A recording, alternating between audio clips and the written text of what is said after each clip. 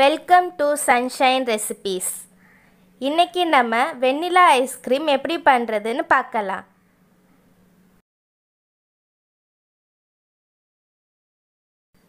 ஒரு பாத்திரத்தில் 1/2 லிட்டர் பால் சேர்த்து பாலை நல்லா சூடு பண்ணுங்க.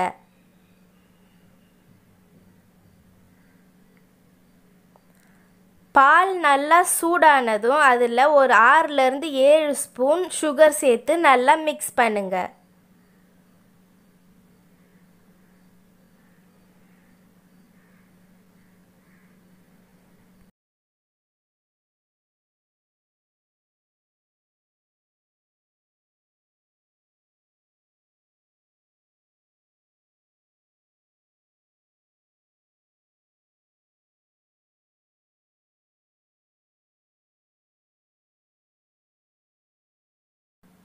சுகர் நல்லா மிக்ஸ் ஆயிருச்சு.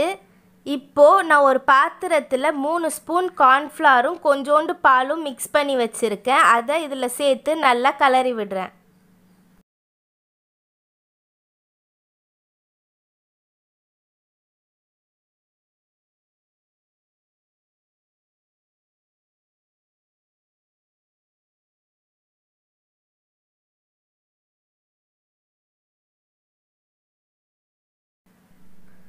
பாருங்க, கார்ன்ஃப்ளவர் நல்லா மிக்ஸ் ஆயிருச்சு. பால் பார்க்க கொஞ்சம் திக்காக இருக்குது.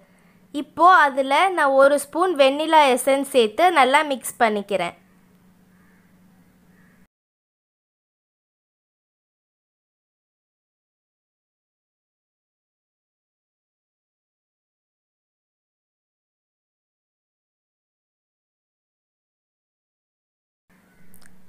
எசன்ஸ் நல்லா மிக்ஸ் ஆயிருச்சு. இப்போது ஸ்டவ்வை ஆஃப் பண்ணிவிட்டு இதை கொஞ்சம் நேரம் ஆற விடுங்க.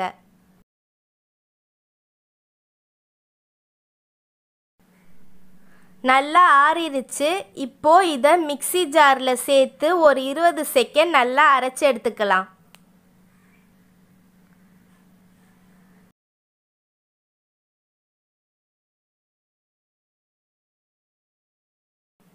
பாருங்க, நல்லா அரைச்சாச்சு. இதை இப்போ ஒரு பாத்திரத்தில் ஊற்றி வச்சுட்டு அதை ஃப்ரீசரில் ஒரு 8 ஹார்ஸ் வச்சுட்டு எடுங்க. 8 ஹார்ஸ் ஆயிருச்சு. பாருங்க எவ்வளோ சூப்பராக ரெடி ஆயிருக்குன்னு. அவ்வளோதாங்க, நல்ல சுவையான வெண்ணிலா ஐஸ்கிரீம் ரெடி ஆயிருச்சு. ஐஸ்கிரீம் மேலே பாதாம் முந்திரி எல்லாம் கொஞ்சம் கட் பண்ணி போட்டு சர்வ் பண்ணிங்கன்னா இன்னும் நல்லா சுவையாக இருக்கும்.